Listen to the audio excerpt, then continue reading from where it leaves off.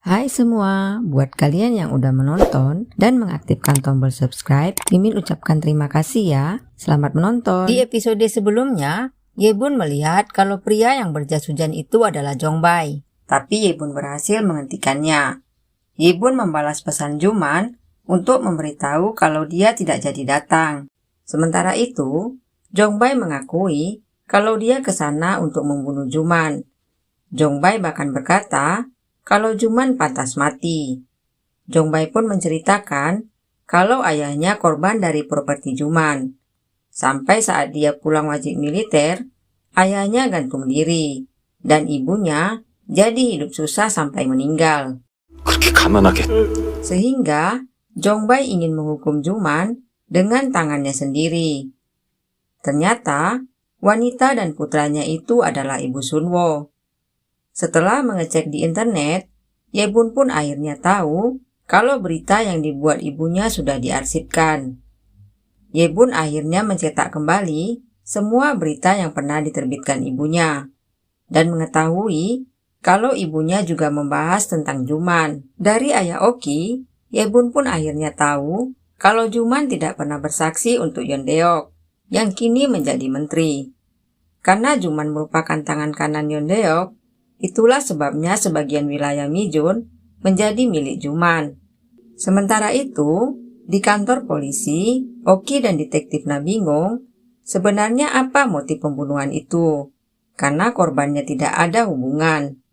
Doki lalu mengatakan, apa mungkin pembunuh itu akan mencobanya sekali lagi dalam waktu dekat ini. Jang Yeol pun berkata, itu tidak akan terjadi, karena pembunuhnya sudah dalam radarku. 이미 범인이 Saat Jang Yeol sedang mengamati Sunwo, tiba-tiba dia melihat Jomu. Jomu pun berkata kalau dia sedang menginvestigasi. Lalu saat Jang Yeol mengawasi rumah Jongbai, Jang Yeol kembali melihat Jomu. Dan lagi-lagi, saat Jang Yeol ke tempat kerja Sunwo, ternyata Jomu juga di sana. Saat Jomu akan mengetuk pintu, Jang Yeol menghalangi Jomu. Jang Yeol lalu meminta agar mereka bertukar informasi. 가위바위보.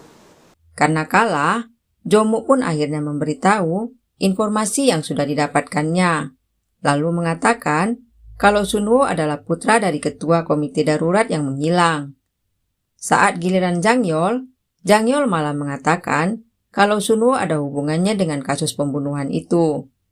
Saat Jomu bertanya apa buktinya, Jang Yeol malah balik bertanya apakah Jomu percaya pada alien atau dukun. Yang membuat Jomu berkata, seharusnya polisi tidak percaya pada hal seperti itu. Saat melihat Jongbai di depan gereja, Jomu pun berkata, apa daerah ini sudah gila. Seorang dukun ingin pergi bertemu pastor, dan yang lainnya percaya pada dukun. Jongbai bisa menebak kalau Jang Yeol yang percaya dukun. Jomu pun berkata, ternyata kau memang benar-benar dukun. 무당은 맞네. Malam itu, Jang Yeol berencana untuk mengikuti Sunwo. Setibanya di rumah, ternyata Jongbai ingin pergi. Tapi sebelum pergi, Sunwo pun bertanya di mana makanannya. Ternyata, semua makanannya diambil oleh Jongbai. Dia beralasan kalau itu terbawanya. Di luar, Jongbai pun bertemu Jang Yeol, tapi dia buru-buru pergi saat mendengar Sunwo memanggilnya.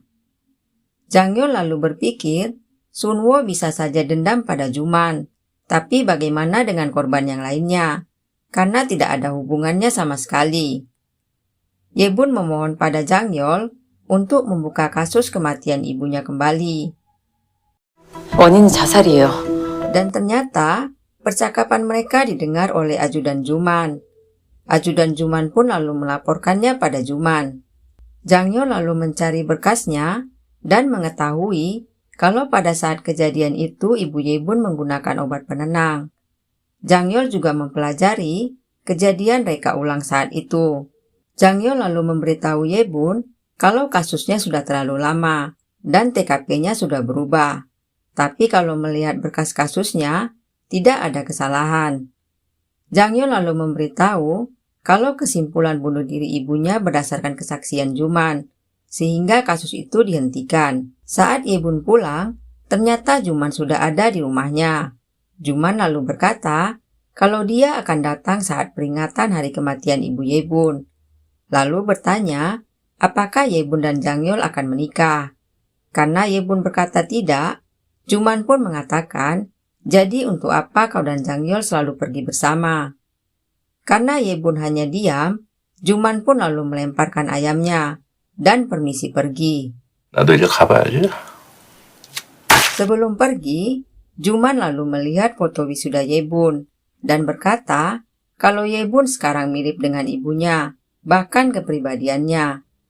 Juman juga berkata seperti merendahkan Ibu Yebun yang membuat kakeknya marah. Kakeknya lalu berkata kalau Ibu Yebun tidak bunuh diri. Bukannya berhenti, Juman malah berkata kalau penyebab penderitaan Ibu Yebun adalah kakeknya. Melihat kakek Yebun didorong, anjing peliharaan Yebun pun menggonggong. Yang membuat Yebun dan bibinya datang. Melihat anjingnya tidak mau tenang, Yebun pun lalu menggendongnya. Lalu melihat kejadian sebenarnya.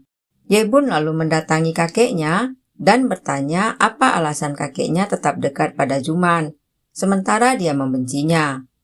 Tapi kakeknya meminta agar Yebun tidak ikut campur. 왜 제 생각은 안 하세요?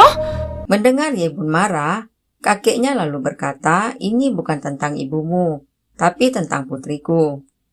Lalu kembali berkata, jika ibumu tidak bertemu dengan ayahmu, pasti hal ini tidak akan terjadi. Karena kesal, Yebun berkata, kakek urus kematian putrimu, dan aku akan mengurus kematian ibuku.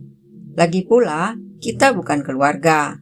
일은 제가 알아서 할게요. Malam itu, Jangyol melihat Yebun keluar dari rumahnya, dan ternyata Jangyol mengikutinya.